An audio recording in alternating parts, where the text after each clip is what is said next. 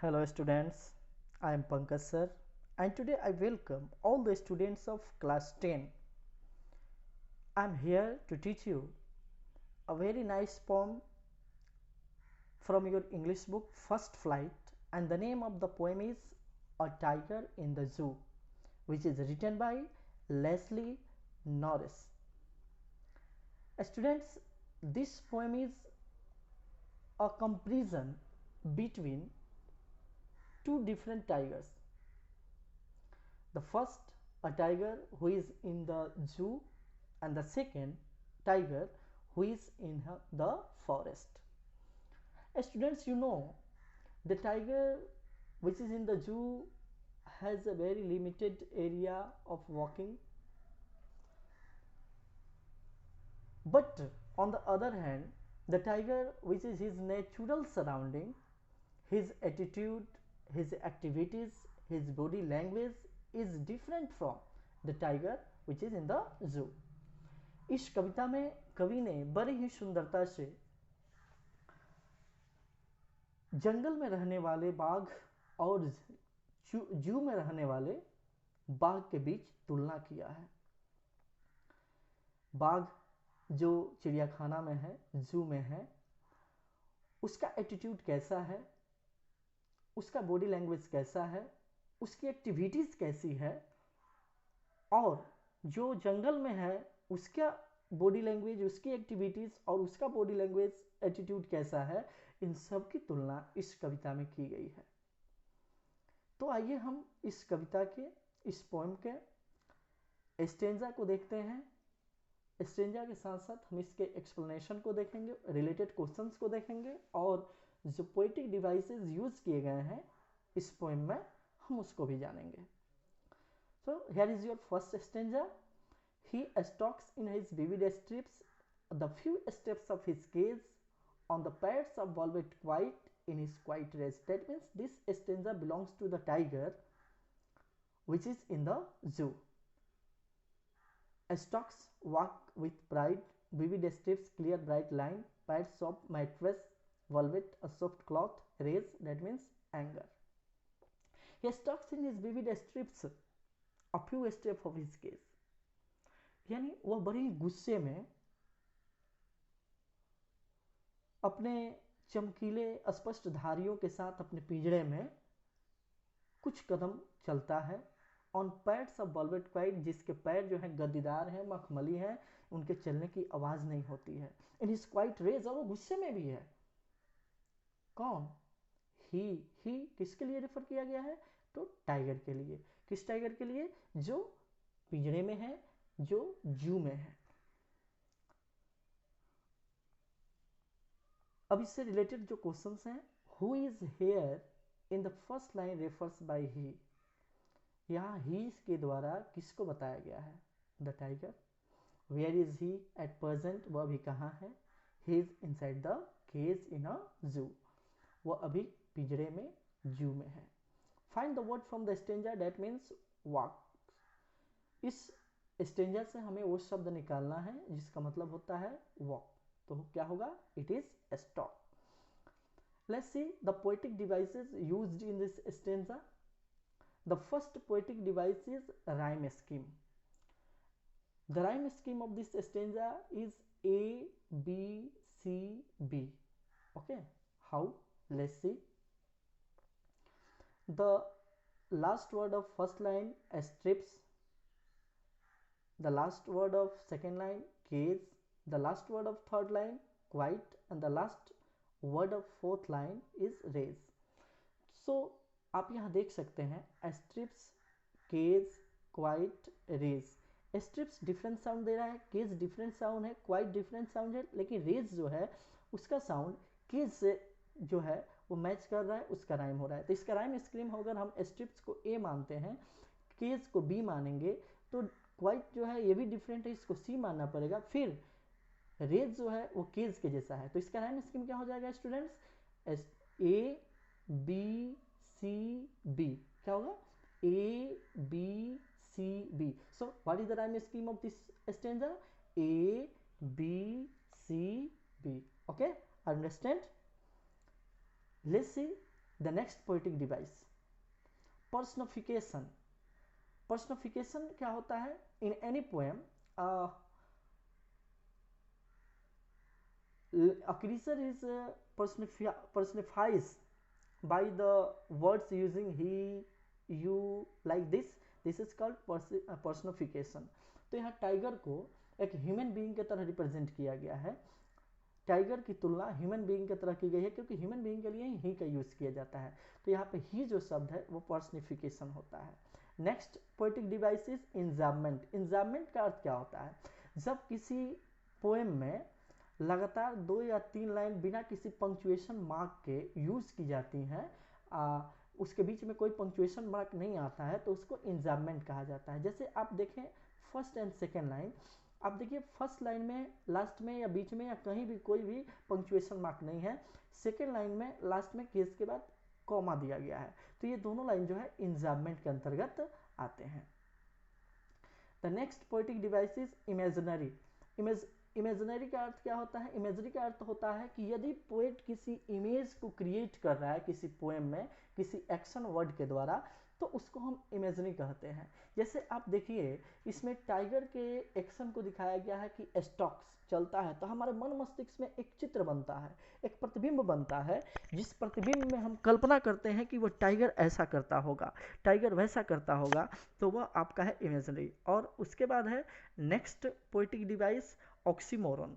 Oxymoron क्या होता है? When two opposite objectives are used together is called oxymoron. तो आप लास्ट लाइन में देख सकते हैं क्वाइट एंड रेज। क्वाइट का अर्थ होता है शांत और रेज का अर्थ होता है गुस्सा। क्या गुस्से में रहने वाला इंसान या गुस्से में रहने वाला जीव शांत रह सकता है? नहीं।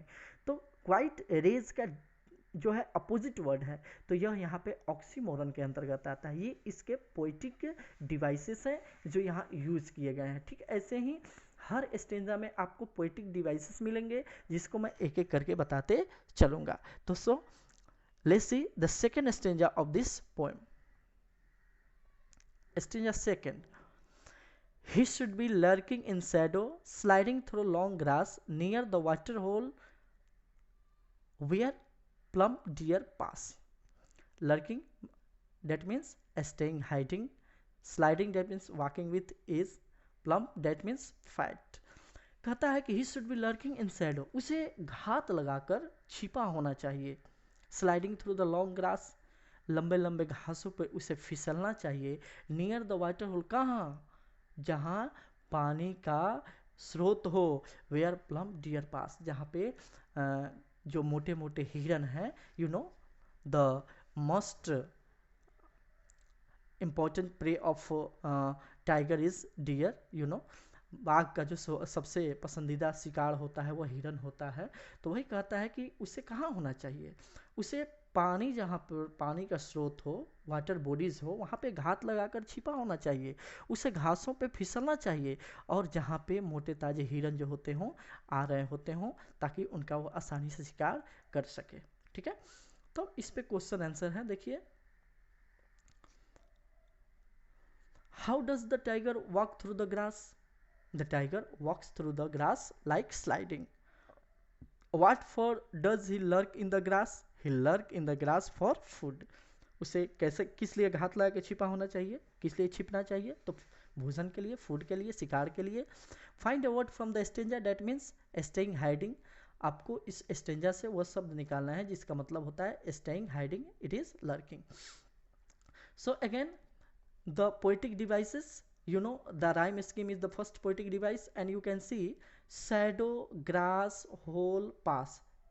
The same rhyming scheme A B C B, A B C B। इंजाममेंट जो है आप देख सकते हैं, सेकेंड लाइन, थर्ड लाइन है, फोर्थ लाइन है, लास्ट में आपका फुल स्टॉप है, तो इंजाममेंट हो जाएगा। उसके बाद पर्सनिफिकेशन, वही टाइगर को पर्सनिफिकेशन किया गया है। इमेजनरी वही है।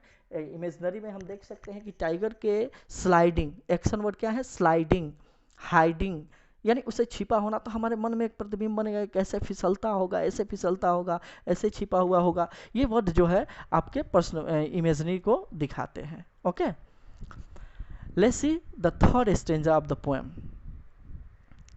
ही should be snarling around houses at the jungle edge, bearing his white fangs it claws terrorising the village. Snarling यानी ग्रोइंग गुर्राते हुए, एज यानी मार्जिन, बैरिंग यानी showing naked, fangs teeth, terrorising causing fear. That means he should be snarling around houses at the jungle edge. उसे जंगल के किनारे बसे हुए जो घर हैं वहाँ जाकर गुर्राना चाहिए, गरजना चाहिए। Wearing is white फंक्स his cloud, अपने पंजों से, अपने सफ़ेद जो उसके फंक्स हैं, दांत हैं, उसके द्वारा टेरराइजिंग द विलेज, गांव वालों को डराना चाहिए। तो ये किस बाघ की बात हो रही है?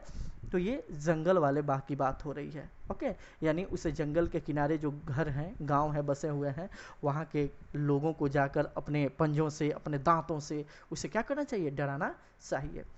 सो questions, why does he snarl?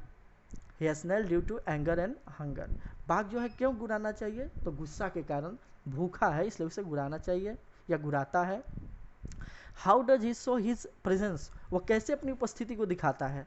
He shows his presence by baring his white teeth and claws. वह अपने पंजों से, अपने नुकीले सफ़ेद रंग के दांतों से लोगों को डराता है या अपनी उपस्थिति दिखाता है। Find the word from the stanza, that means growling, क्या होगा? It is snarling. Okay, next, poetic devices. The same है पोइटिक डिवाइसेस जो है, जैसे हमने फर्स्ट स्टेंजा में आपको बताए सारे पोइटिक डिवाइसेस आपको सेम होंगे। आपका राइम स्कीम सेम होगा, पर्सनिफिकेशन सेम होगा, आप उसमें इमेजिनरी ढूंढ सकते हैं, इंजैबमेंट ढूंढ सकते हैं, सब आपको इसमें मिलेंगे। अब फर्स्ट स्टेंजा की तरह ही इस स्टेंजा को भी देख लीजिए। Next stanza 4, but he is locked in a concrete cell. पुनः आप पोएम में कहाँ आ गए? अब जू में आ गए। कहाँ? जू में। जू में यानी चिड़ियाखाने में, जहाँ का बाघ जो है क्या है? He is locked in a concrete cell, वह सीमेंट के, कंक्रीट के बने हुए सेल में कैद है। हिज स्ट्रेंथ बिहाइंड बार्स, और उसकी सारी ताकतें जो हैं वह कहाँ हैं?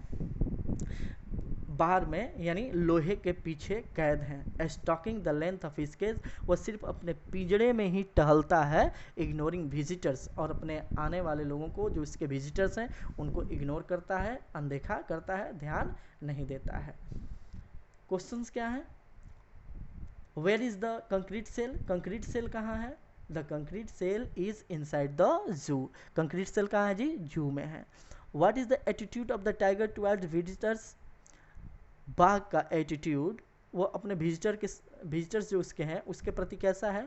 His attitude is that of ignoring the visitors. उसका एटीट्यूड क्या है? कि वो अपने विजिटर्स को इग्नोर कर रहा है। Find the word from the stanza, that means imprisonment. इसमें इम्प्रिजमेंट शब्द का इस्तेमाल जो किया गया है, वो इसमें कौन सा वर्ड है जो इसे मैच करता है? It is locked. तो ये क्या है? लॉक्ड है। पोएटिक डिवाइस सेम है, आप देख सकते हैं।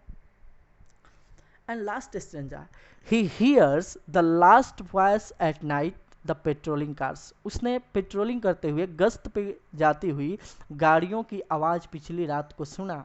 and stares with his brilliant eyes at the brilliant stars, और अपने चमकती हुई आंखों से चमकते हुए तारों को देखा। यानी ये कौन सा बाघ है?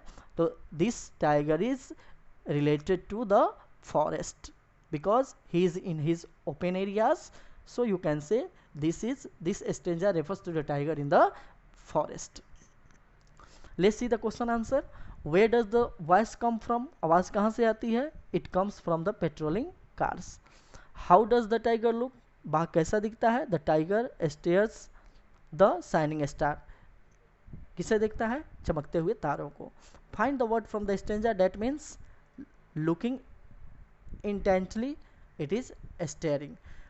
पुनः इसमें पोएटिक डिवाइस है, वही राइम स्कीम, इमेजिनरी, इंजैबमेंट, और आपको जो फर्स्ट स्टेंजा में मैंने बताया है, आप उसके जरिए आप देख सकते हैं।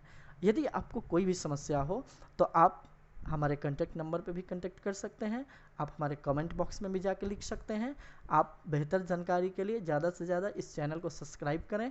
मैं आपके सारे क्वेश्चंस, आंसर्स और चैप्टर्स का एक्सप्लेनेशन आपको अपने वीडियो के माध्यम से, अपने यूट्यूब चैनल के माध्यम से पहुंचाता रहूँगा। ओके, धन्यवाद।